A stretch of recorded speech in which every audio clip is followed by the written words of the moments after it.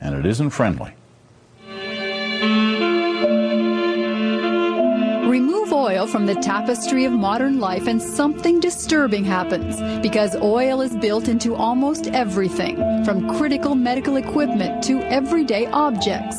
If a reliable supply of cheap oil vanishes, our way of life will begin to blink out.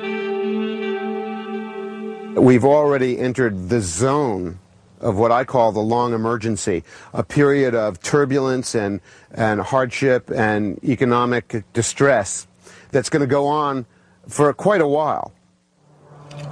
Meet James Howard Kunstler, author, futurist, working on his backyard gardening skills because he says we're going to need them. The era of cheap oil is almost over. In the beginning, the energy in agriculture came from animals and men. Then there was oil to fuel the machines, to make the fertilizers and chemicals, meaning bigger farms, further from markets. So that now the food on our plates depends almost entirely on cheap oil. Remember, you can state categorically, everything organized at the giant scale is going to get in trouble in the post-cheap oil era, including the 3,000-acre farms in the Midwest and Saskatchewan, the giant scale of things. We got a lot of fertilizers made from natural gas, which is a hydrocarbon oil-related product, and a lot of herbicides and pesticides made from oil, and a lot of diesel fuel to run enormous machines on enormous tracts of land. We grow the tomatoes and the lettuce in California, and we truck them across the continent. And that's been a luxury of the cheap oil age, where now the truckers can't afford to take these loads. And I think as time goes on, it's going to become just prohibitively expensive to do this. We're going to have to grow food on a more modest scale, probably on smaller farms, and probably in a way that will require more human attention. A lot of the best farmland that is proximate to our cities has already been paved over and turned into suburbs, or one thing or another connected with suburbs.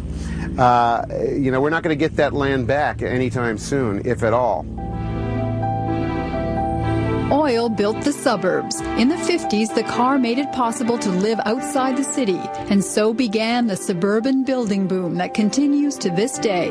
Vast expanses of homes that face an uncertain future if it becomes too expensive to drive a car. The suburban project is over, and we'll see our cities contracting substantially, and the suburbs around the big cities getting into a lot of trouble and losing value, losing their usefulness. And I think we will see people moving back to the smaller towns, to the smaller cities that are scaled appropriately to the energy diet of the future, and places that have a meaningful relationship with a productive agricultural hinterland. Transportation in the industrial age started with railways, trains powered by steam and then by coal. Later, the landscape was carved up for highways, and airplanes filled the skies.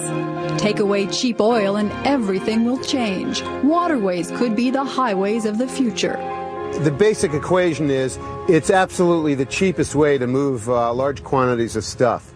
Far and away, even more efficient and economic than rail. Although I personally have hopes that we are going to revive our railroad system. There is another project that we could do right away that would have a bigger impact on our oil use than restoring passenger railroad service in North America. It's imperative that we do this because we may not have a way to get around long distances in a couple of years without it.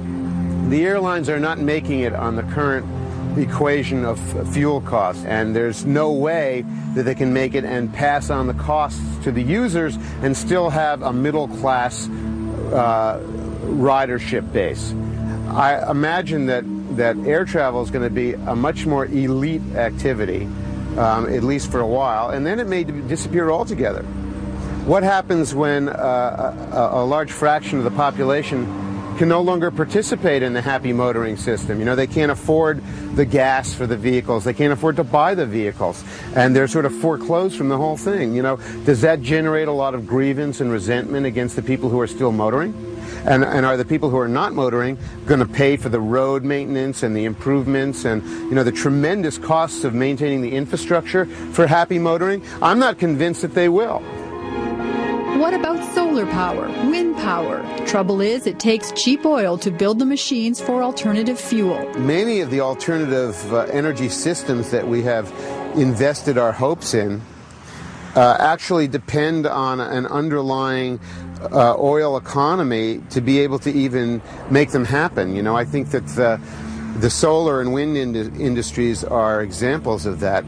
Without an underlying oil economy or fossil fuel economy, it's very hard to produce the components for these giant wind turbines and for solar arrays.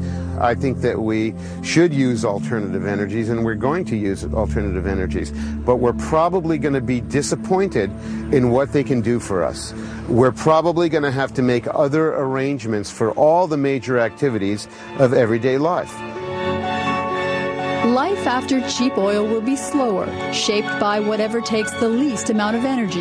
There could be fighting over remaining resources. Wood and coal will be burned, creating pollution and hastening global warming. So many people assume that we're entitled to a smooth segue, a smooth transition between where we're at now and where we're headed in the post-oil period. And I wouldn't assume that at all.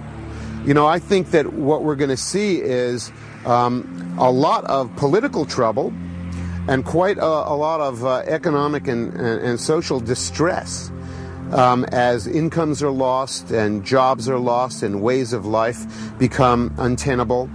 And we're going to see a politics of resentment and grievance on the part of a large new former middle class, people who, you know, had expectations about a certain kind of life. I worry, I suppose, most about social disorder and the potential for the great losses that people experience mounting into anger and grievance and violence and criminal behavior, and a law enforcement system that will not be able to keep up with this, and really an unraveling social contract in the face of absolutely extraordinary circumstances.